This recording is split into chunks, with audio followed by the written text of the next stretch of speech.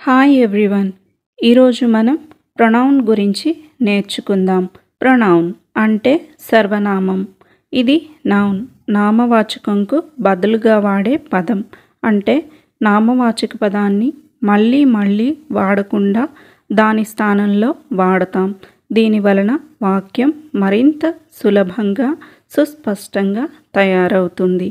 ఉదాహరణలు: ఐ నేను, ఉయ్ మనము లేదా మేము, యు నీవు లేదా మీరు, హీ అతను, షీ ఆమె, ఇట్ అది, దే వారు లేదా అవి. ప్రొనౌన్లో రకాల గురించి చూద్దాం. Types of pronouns. మొదటిది పర్సనల్ ప్రొనౌన్స్, వ్యక్తులను సూచించే pronouns. I you he she we they.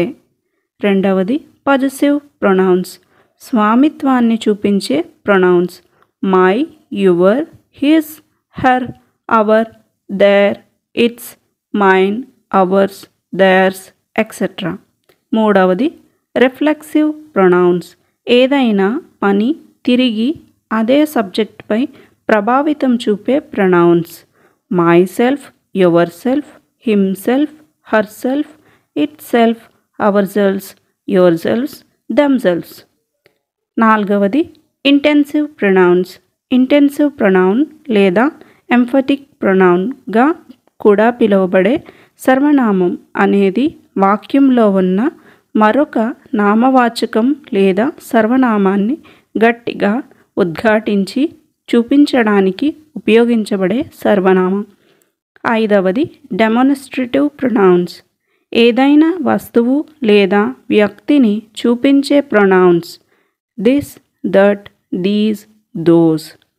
ఆరవది ఇండెఫినైట్ ప్రొనౌన్స్, ఎవరు లేదా ఏది ఖచ్చితంగా తెలియనప్పుడు వాడే ప్రొనౌన్స్.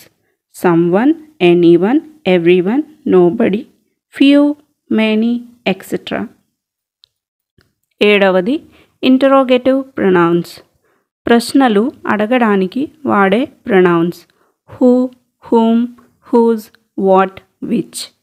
ఎనిమిదవది రిలేటివ్ ప్రొనౌన్స్, రెండు వాక్యాలను కలిపే pronounce.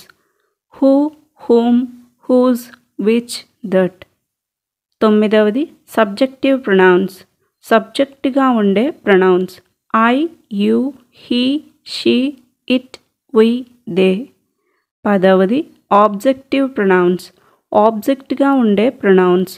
Me, you, him, her, it, us, them.